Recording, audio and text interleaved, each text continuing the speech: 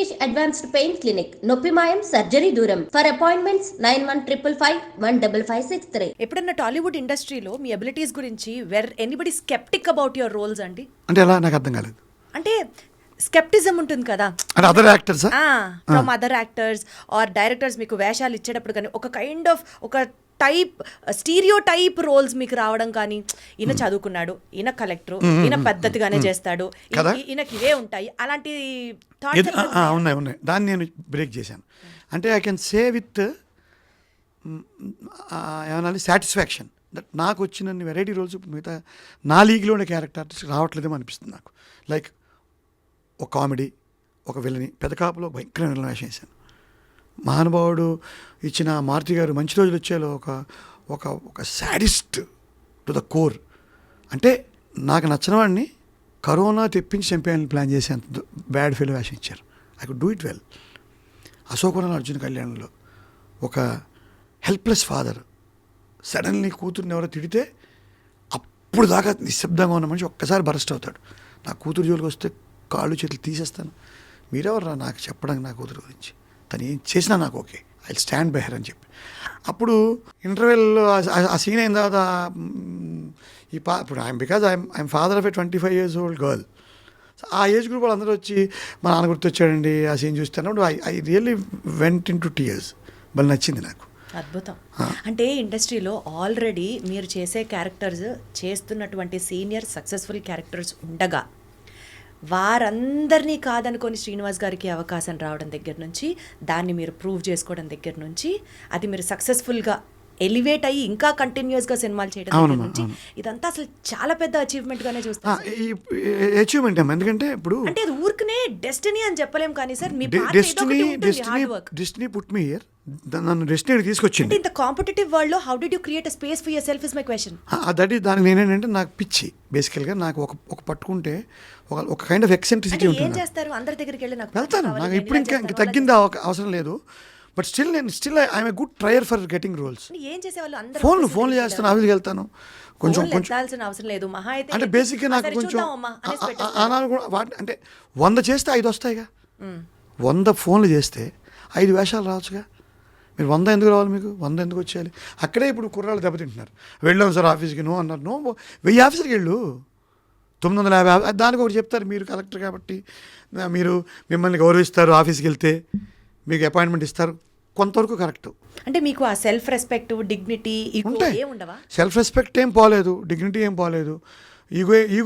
Ego ఏముంది? It's a positive side of ego. నాకు అక్కడ ఎంతసేపు ఏంటి వేషం కొట్టేయాలని. So that brought you here today. అంతే. సార్ చాలా మంది డైరెక్టర్స్లో వర్క్ చేశారు కదా మీరు, దగ్గర 116 సినిమాలు చేశారు. 30-40 మంది ఈజీగా ఉంటారు. సో బెస్ట్ డైరెక్టర్ మూమెంట్ ఏంటి మీకు? నాకు చాలా ఉన్నాయి. ఇది గవర్నమెంట్ పిల్లి ఏం కాదు, చాలా మీకు నచ్చిన ఉత్తమైన పాట చెప్పమంటారు. మైండ్ 10 పాటలు చెప్తుంది.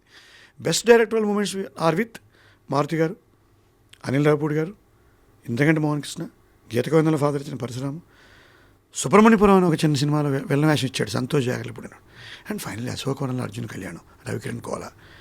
నా మొత్తం డీగ్లామరైజ్ చేసేసి నన్ను నేల టికెట్లో ఒక ఫిషర్మన్ వేషం ఇచ్చిన కళ్యాణ్ కృష్ణ. ఎన్ని బెస్ట్. సో అంటే ప్రతిదీ ఆనందంగా అనిపిస్తూ ఉంటుంది. అలాగే పెదకాపులో ఒక బుల్లెబ్బాయి నాకు వేషం ఇచ్చారు. ఇలా పళ్ళు ఇలా పెట్టి అప్పుడు ఒక కాంప్లిమెంట్ వచ్చింది ఆ సినిమా తర్వాత. జగపతి బాబు గారు నాకు మంచి ఫ్రెండ్ అండి. ఆయన ఆ సినిమా చూసి నాకు కాల్ చేశారు. నేను ఎన్నాళ్ళు మిమ్మల్ని కలెక్టర్గానే భావిస్తున్నాను, ఈ రోజు నుంచి మీరు యాక్టర్ అని పెట్టేశాడు ఆయన. So that is one of the greatest moments. మీరన్న అంటే ఆనంద బాష్పాలని కాదు కానీ మేబీ కొంచెం మూవ్ అయిన సందర్భం ఒకటి చెప్పనా, గేమ్ చేంజర్ షూట్ అవుతుంది కొత్త వలస అనే విశాఖపట్నం దగ్గర. శంకర్ గారు యాక్షన్ చెప్తున్నారు, రామ్ చరణ్ గారు కూర్చున్నారు. అటు నేను ఆ 2 సీన్లు నేను బాగా వచ్చే సినిమాలో. Thank you very much, thank you very much. So అక్కడి నుంచి మొదలైంది. ఆ రోజు అనిపించింది అంటే శంకర్ గారు అసలు ఎక్కడో ఉంటాడు కదా మనిషి. ఆయన దర్శకత్వంలో రామ్ చరణ్ త్రిబుల్ ఆర్ అయిపోయిన తర్వాత రామ్ చరణ్ గారితో 1-to-1 direct scene. Okay, your patience paid off mister Srinivas, nothing to feel bad అనిపించి ఆనందపడ్డాను. Let us fight, let us continue the fight.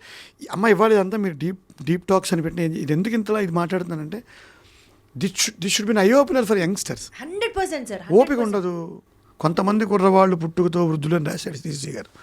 ఎలాగా అంత నిస్సత్వం అయిపోతే రన్నింగ్ చేయరు, బరువులు ఎత్తరు, చిన్న ప్రేమకి భయపడిపోతారు, ఆడపిల్లల విషయంలో వీక్ అయిపోతారు, ఓ మంచి సాహిత్యం చదవరు, ఏది లోతుగా చూడని వ్యవస్థ వచ్చేసింది.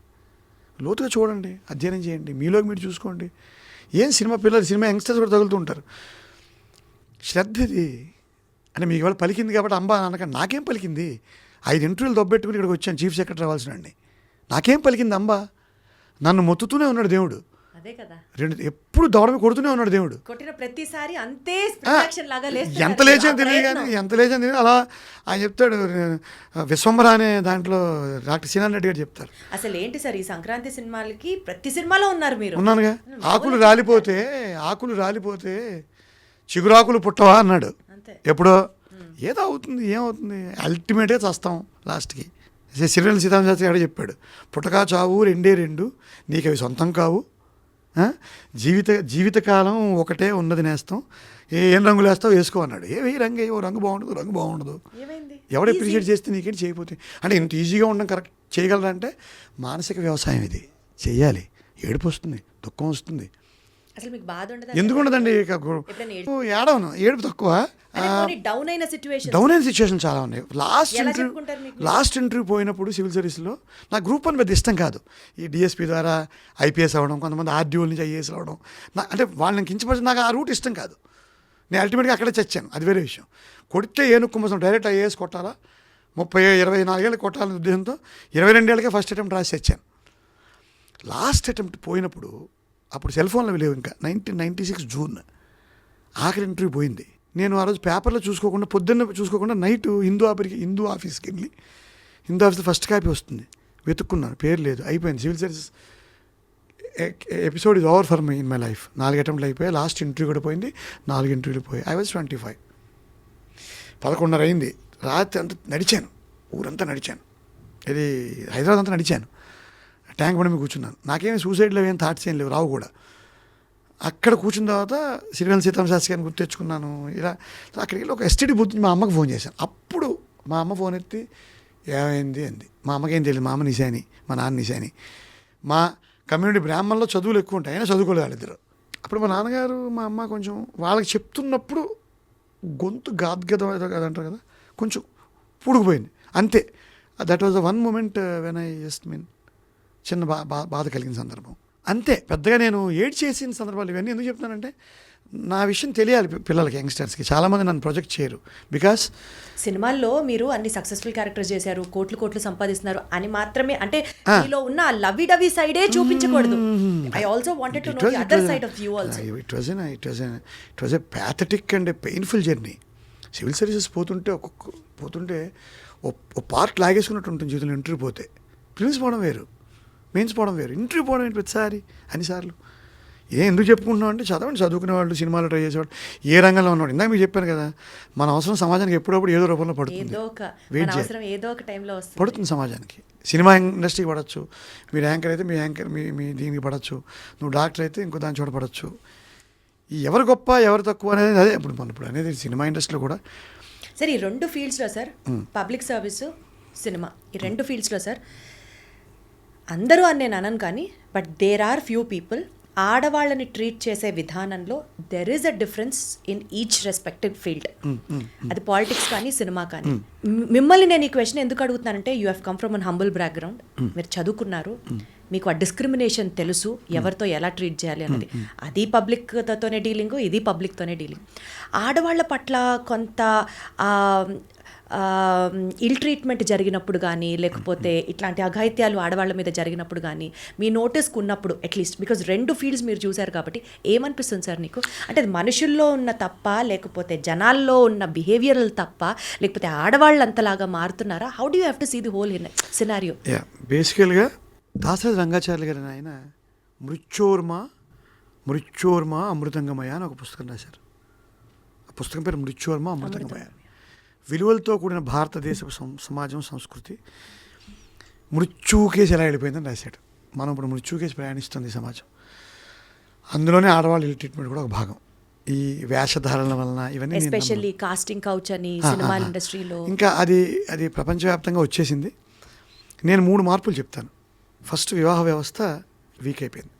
అంటే నా first point step by step మాట్లాడితే మీరు చూసారా అది చూశాను. ఆడవాళ్ళని ఇల్ అయ్యో, ట్రీట్ చేయడం చూడకూడదండి. పబ్లిక్ సర్వీస్ కెరియర్ లో కానీ చాలా సార్లు పబ్లిక్ సర్వీస్ అండ్ పబ్లిక్ సర్వీస్లో ఎందుకు ఉంటాయి కానీ ఎందుకు బయటపడదంటే ఈ వాల్యూమ్ అంత ఉండదు. సినిమా రంగంలోకి వచ్చేసరికి ఏంటి ఇక్కడ ఆడ మగ కలిసి పనిచేసి చనువుగా పనిచేయాల్సిన అవకాశాల కోసం అడ్వాంటేజ్ తీసుకుంటాం, ఆ సందర్భాలు ఎక్కువ ఉంటాయి. మీ నోటీస్ లో మీరు చూసారు? బోర్డు చాలా కొన్ని కోకొల్లలు చూశాను. మీరు ఏమైనా హీరో లాగా వెళ్ళి ఆపారా దాన్ని? నేను అంటే అలా మన ముందు జరగదుగా, వినడమే, చూడడం అంటే వినడమే. ఉద్యోగంలో మాత్రం ఒక చోట ఎక్కడో నా సబార్డినేట్ అని ఒక అమ్మాయిని ఇంకొక సబార్డినేట్ ఇల్ట్రీట్ చేస్తే లాగి దొడమ కొట్టాను ఒకసారి. కొట్టాను, అది బయట చెప్పుకోకూడదు. అప్పుడప్పుడు ఈ మైనర్ బాలికల మీద మానభంగాలు, ఈ బ్రూటల్ మర్డర్స్, లైక్ మన గుజరాత్లో గుజరాత్ కాదు ఎక్కడ మన కలకత్తాలో ఆ అమ్మాయిని మానభంగం చేసినప్పుడు అప్పుడు అనిపిస్తుంది డిఎస్పీగా చేరి ఓ 15-50 ఎన్కౌంటర్లు చేసి ఉంటే బాగుండేదేమో, జీవితం సార్థకత. డిఎస్పీ మానేసాను, అప్పుడు డిఎస్పీ మానేది అది ఒక బాధ కలుగుతుంది. ఆడపిల్లల మీద అగాయిత్యాలు జరిగిన మాత్రం నాకు భలే బాధ వేస్తుంది. నువ్వు డిఎస్పీ చేరి గవర్నమెంట్ నిన్ను తీసేసిన పరంగా 10, 18, 23, 29, 36 ఎన్కౌంటర్లు చేసి ఉంటే బాగుండేదని ఒక ఎమోషనల్ ఫీలింగ్ వస్తూ ఉంటుంది. అయితే దీనికి ఒక పరిష్కారం ఏంటంటే మళ్ళీ వాల్యూ సిస్టమ్ పెంచడమే ఒక మార్గం. మనం అనుకుంటాం ఇండివిజువల్గా ఎవరిని డీల్ చేయలేమమ్మా. ఒక ఆడపిల్ల సినిమా ఇండస్ట్రీలోకి రావాలి అని అంటే ఇంట్లో తల్లిదండ్రులు ఎంత ఆలోచిస్తారో, ఆ పిల్ల ఎంత సఫర్ అవుతూ నాకు అవకాశాలు ఇవ్వండి అని అడగడం. వచ్చిన అవకాశాలు మంచి వాళ్ళ గురించి నేను మాట్లాడలేదు, ఎక్స్‌ప్లాయిటేషన్ జరుగుతున్నప్పుడు పర్వాలేదు. నా ఉద్దేశంలో ఈ సోషల్ మీడియా ఇప్పుడు మీటూ రావడంతో కొంత భయం అయితే ఏర్పడింది, ఉంది. బరితెగించే స్థాయి లేదు. అంటే గుండెల మీద చేతులేసుకొని ఆడవాళ్ళకి ఇండస్ట్రీ ఈజ్ ఆల్సో సేఫ్ అని చెప్పే స్థాయిలో ఉన్నామా? చెప్పే స్థాయికి వెళ్తున్నాం. నా నా నా నా ఫ్రాంక్ అబ్జర్వేషన్ ఇది. ఎక్కడైనా కన్సెన్షియల్గా ఎవరైనా వాళ్ళు consensual is never a point, not an issue. అది మనం దాని గురించి కామెడీగా చెప్పుకుంటే మా దువ్వాడ వారి ఎపిసోడ్ చెప్తే వాళ్ళే చెప్పేశారు అడల్టరీ ఈజ్ నాట్ రాంగ్ అని. మనకు అనవసరం అనుకోండి, సుప్రీంకోర్టు కూడా చెప్పారు కదా. సో దాని జోలికి వెళ్ళదు. కానీ కన్సెన్షియల్గా జరిగే విషయాలు పక్కన పెడితే ఈ ప్రెషర్ పెట్టడం అనేది తగ్గుతూ వస్తుందని అనుకుంటున్నాను. ఎందుకంటే రీజన్ నోటీస్లోకి ఎప్పుడన్నా ఏదైనా సందర్భం వచ్చి మీరు you have stood for somebody some woman అని అంటే ఇండస్ట్రీలో అటువంటిది నాకు సందర్భాలు రాలేదు. Because I'm not that big. ఇప్పుడు ఇక్కడ నేను హీరోని కాదు, పెద్ద దర్శకుని కాదు, I mean upcoming character artist, maybe కొద్దిగా సెటిల్ అయిన క్యారెక్టర్ ఆర్టిస్ట్ని. బట్ ఒకటి అయితే ఉంది నా దగ్గర, యంగ్ గర్ల్స్ హీరోయిన్స్ కానీ వాళ్ళు కానీ నా దగ్గర ఉండి వాళ్ళ విషయాలు చెప్తారు నాకు. So I give them some advice, piece of advice, where to draw a line, ఎట్లా ఉండాలి, ఇలాంటివన్నీ నేను I give fatherly advice to the young girls in the industry. అది చెప్తూ ఉంటాను నేను. సో అంతవరకు బాగా అనిపిస్తుంది నాకు. They come to me, they sit with me, చదువుకున్న వాడిని. So they take some advice. ఆడవాళ్ళకి ఈ ప్రోగ్రామ్ చూస్తున్న అమ్మాయిలందరికీ కూడా అందరూ కాన్షియస్గా ఉండండి. ప్రతి గుడ్ టచ్ బ్యాడ్ టచ్ మీకు తెలీదా? అర్థమవుతుంది కదా. ఆటో ఎక్కారు, వాడు షేక్ హ్యాండ్ ఇచ్చాడు, ఆ షేక్ హ్యాండ్లో భావన, దాని వెనకాల అర్థం మీకు అర్థమైపోతుంది ఆడపిల్లలకి. ఎవరో ఇండస్ట్రీలో రాగానే ఒక హగ్గించుకుంటారు. Is it a formal addressing hug or something other than that, or easy putting some pressure in to that, ఇవన్నీ మీకు తెలుస్తాయి. సో స్పృహలో ఉండమని చెప్తాను ఆడపిల్లలు నేను ఇప్పుడు కూడా సలహా.